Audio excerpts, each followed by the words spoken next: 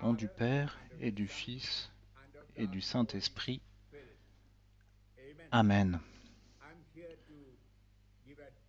Je viens vous donner un enseignement sur le carême. En d'autres langues, on l'appelle Lent, Quaresma, le carême.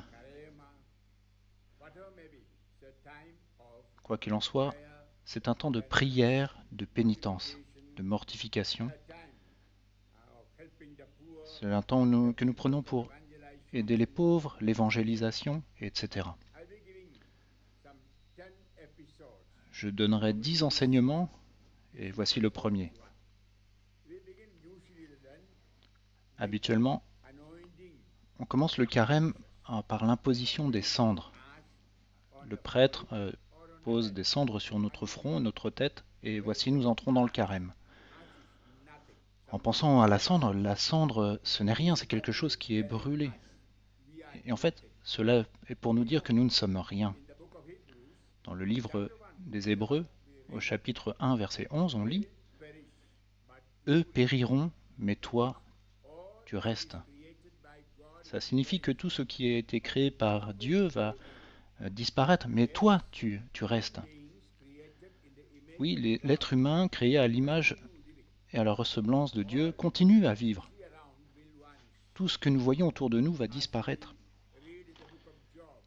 Comme nous lisons dans le livre de Job, au chapitre 1, verset 21, quand il a tout perdu, il dit « Je suis sorti nu du sein de ma mère, et nu j'y retournerai. » Parfois, il est bon de penser à nos derniers jours. On a beaucoup d'argent à la banque, on a beaucoup de beaux vêtements, de belles maisons. Mais tout cela, notre maison, notre beauté, tout cela va disparaître. Et donc le Seigneur nous demande à penser à cela et à grandir dans notre personnalité intérieure. Mais quelle est-elle? Notre personnalité, elle est cachée dans le Christ. Notre personnalité, c'est le souffle de Dieu, le souffle du Christ. Vous savez que Dieu a créé l'homme avec la terre, la glaise du sol. Il a soufflé son esprit dans cette glaise. On voit deux éléments. Premièrement, la terre, c'est l'élément terrestre en nous qui va disparaître. Mais nous, qui sommes à l'image de l'Esprit Saint, nous continuerons à vivre. Même après notre mort, nous serons toujours vivants. C'est notre foi, nous aurons la vie éternelle. Et particulièrement nous, les chrétiens. Nous sommes bénis, mes enfants, parce que nous avons revêtu le Christ. Comme saint Paul nous dit, revêtez-vous du Christ. Et Romains 13, verset 14. Il y a des choses dans le monde. Nous connaissons les désirs de la chair et du monde. Tout cela nous entoure. Mais nous devons savoir qui nous sommes. Nous sommes des gens dans le Christ Jésus. Et notre personnalité doit grandir. Donc le carême, c'est le temps pour réfléchir à cela. Et donner plus d'importance à cette spiritualité. Parfois, on l'oublie. Et donc, l'Église permet que nous ayons ce temps pour cela. Ce n'est pas un temps pour le renouveau de l'Église. C'est vraiment un temps pour notre renouvellement spirituel personnel. Donc, mes enfants, je vais vous donner ces petits conseils. Donc, pour que vous essayiez de trouver qui vous êtes. Prenez du temps en silence. Souvenez-vous ce qu'a dit Jésus. Jean 17, 16. Ils n'appartiennent pas au monde, comme moi je n'appartiens pas au monde. Oui, en regardant ses disciples, c'est-à-dire à vous et moi, Jésus dit que nous n'appartenons pas au monde.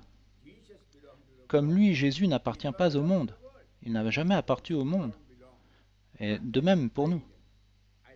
Et alors il prie, je me consacre moi-même pour eux, pour que eux aussi soient consacrés dans la vérité. Oui, mes enfants. Oui, nous devons savoir que nous sommes des personnes consacrées, que nous avons été mis à part pour vivre une vie sainte. C'est ça la consécration. Quelle que soit notre appartenance au christianisme, que nous soyons catholiques, orthodoxes, maronites ou autres, quel que soit le groupe auquel nous appartenions, mais nous avons reçu le baptême, nous croyons dans le Christ. Donc nous sommes enfants de Dieu. Nous devons connaître notre identité. Nous devons aussi connaître notre appel, nous souvenir de cet appel. Saint Paul, Saint Paul dit en Romains chapitre 10, 29, nous sommes appelés à être transformés à l'image du Christ, à être comme Jésus. Donc chaque chrétien devrait être la lumière du monde, le sel de la terre. En d'autres termes, chaque chrétien devrait briller dans ce monde. On lit en livre de la sagesse, chapitre 6, verset 24. Un grand nombre d'hommes sages est vraiment la sûreté du monde. C'est-à-dire des gens qui sont remplis de la sagesse de Dieu.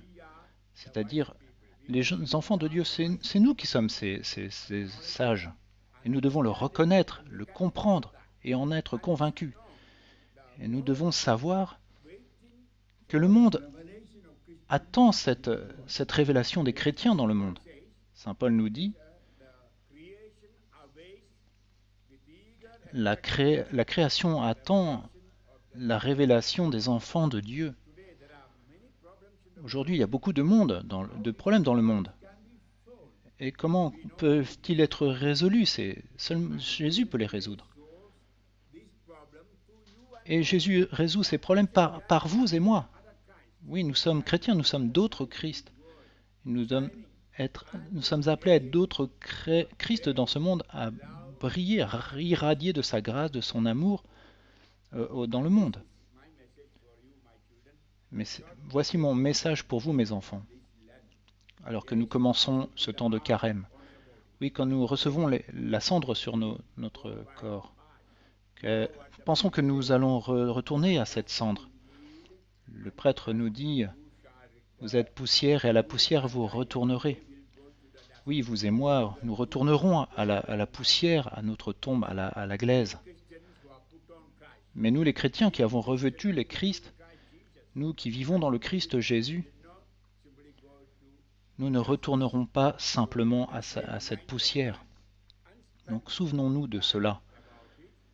Prenons du temps pour cela, pour prier, méditer cela. Mes conseils, c'est de passer plus de temps à la prière personnelle, à un contact avec Jésus, et de grandir dans le Christ, c'est-à-dire de tomber amoureux du Christ dans la prière personnelle.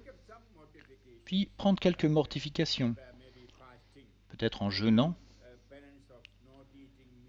faire la pénitence de ne pas manger de viande ou de poisson. Ce n'est pas le fait de ne pas manger, mais la pénitence qui est derrière, cette petite souffrance que nous endurons. Aidons aussi les pauvres, l'évangélisation, ou aidons à cette œuvre d'évangélisation. Prions pour les âmes du purgatoire. Tout cela, Jésus l'a fait. Et il nous faut être comme Jésus. Nous devons prier comme Jésus, faire pénitence comme Jésus. Nous devons lutter contre le démon comme Jésus. Et il nous faut aider autour de nous, faire du bien pour les autres, de prier pour eux et aider à ce qu'ils soient renforcés. Tout cela doit se produire durant ce temps de carême et nous devons continuer après que nous ayons célébré la résurrection du Christ. Donc je vous souhaite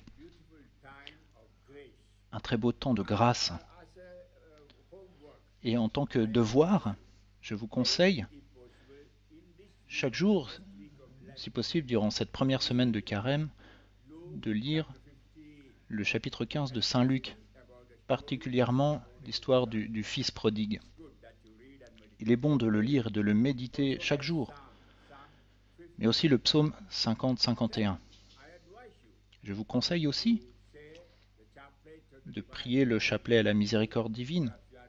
Chaque jour, peut-être que vous le faites déjà. Et aussi prier le chemin de croix. Beaucoup l'ignorent. Cette via sacra, le chemin de croix. Depuis la condamnation de Jésus chez Pilate jusqu'à sa mise au tombeau. connaissez cette dévotion et ses 14 stations. Priez-le chaque jour si possible, pas seulement le vendredi. Et continuez dans la prière en famille. Une famille qui prie est une famille unie. Pour que tout cela puisse se produire, je vous dépose dans le cœur de Jésus et je prie, Seigneur Jésus, je prie pour que tous ceux qui commencent le carême avec cette cendre puissent réfléchir, méditer à ce qu'ils ne sont rien dans ce monde et prendre davantage de temps dans la prière pour grandir dans la personnalité du Christ pour qu'ils puissent devenir comme Jésus. Bénis-les, sanctifie-les, bénis leur famille. Au nom du Père et du Fils et du Saint-Esprit. Amen.